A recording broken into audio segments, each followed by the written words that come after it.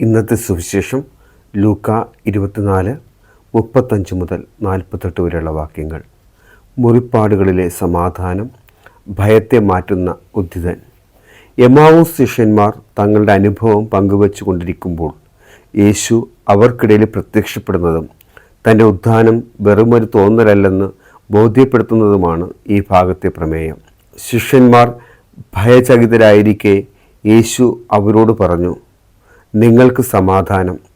അവർ ഒരു ഭൂതത്തെ കാണുന്നുവെന്ന് കരുതി പരിഭ്രമിച്ചു. എന്നാൽ യേശുവിൻ്റെ സാന്നിധ്യം ഭയത്തെ അകറ്റാനുള്ളതായിരുന്നു.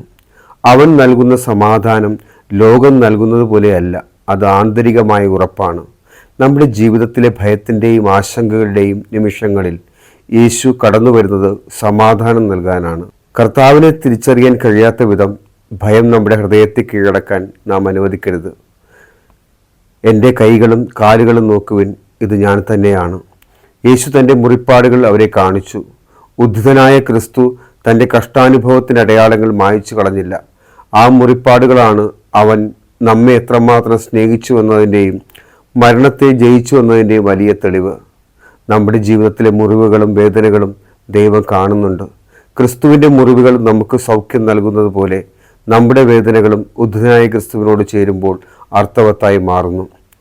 അവർക്കൊപ്പം ഇരുന്ന് ഭക്ഷണം കഴിച്ചുകൊണ്ട് താൻ ജീവനുള്ളവനാണെന്ന് അവൻ ഉറപ്പിച്ചു. തുടർന്ന് തിരുവെഴുത്തുകൾ ഗ്രഹിക്കാൻ അവരുടെ മനസ്സ് തുറന്നു. പാപമോചനവും പശ്ചാത്താപവും പ്രസംഗിക്കപ്പെടണം. നിങ്ങളിതിന് സാക്ഷികളാണ്. വചനം തിരിച്ചറിഞ്ഞവർക്ക് ലഭിക്കുന്ന വലിയ ദൗത്യം സാക്ഷ്യമാവുക എന്നതാണ്. ക്രിസ്തുവിനെ അനുഭവിച്ചറിഞ്ഞവർക്ക് നിശബ്ദരായിരിക്കാൻ കഴിയില്ല. പാപമോചനത്തിൻ്റെ പ്രത്യാശ ലോകത്തിന് നൽകാൻ നാം വിളിക്കപ്പെട്ടിരിക്കുന്നു. വചനം വായിക്കുമ്പോൾ നമ്മുടെ ബുദ്ധി മാത്രമല്ല, ഹൃദയവും തുറക്കപ്പെടണം. ശിഷ്യന്മാർ സന്തോഷം കൊണ്ട് വിശ്വസിക്കാൻ കഴിയാതെ അത്ഭുതപ്പെട്ടു നിൽക്കുകയായിരുന്നു. പലപ്പോഴും ദൈവം ചെയ്യുന്ന നന്മകൾ അത്രമാത്രം വലുതായതിനാൽ നമുക്കും വിശ്വസിക്കാൻ പ്രയാസം തോന്നും. എന്നാൽ യേശു ചോദിക്കുന്നത് എന്തെങ്കിലും കഴിക്കാൻ ഇവിടെയുണ്ടോ എന്നാണ്. ഏറ്റവും ലളിതമായ പ്രവൃത്തികളിലൂടെയാണ് ദൈവം തൻ്റെ സാന്നിധ്യം വെളിപ്പെടുത്തുന്നത്. നമ്മുടെ ദൈനംദിന ജീവിതത്തിലെ സാധാരണ കാര്യങ്ങളിൽ ഉദ്ധിതനായ ക്രിസ്തുവിനെ കണ്ടെത്താൻ നമുക്ക് സാധിക്കട്ടെ. നമുക്കിങ്ങനെ പ്രാർത്ഥിക്കാം.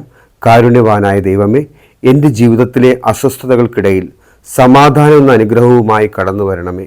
അങ്ങയുടെ മുറിപ്പാടുകളിൽ എൻ്റെ വേദനകൾക്ക് ശമനം കണ്ടെത്താൻ എന്നെ സഹായിക്കണമേ. തിരുവെഴുത്തുകൾ ഗ്രഹിക്കാനും അങ്ങയുടെ ഉദ്ധാനത്തിന് ലോകത്തിനു മുൻപിൽ സാക്ഷികളായി ജീവിക്കാനും എനിക്ക് കൃപ നൽകണമേ. ആമേൻ.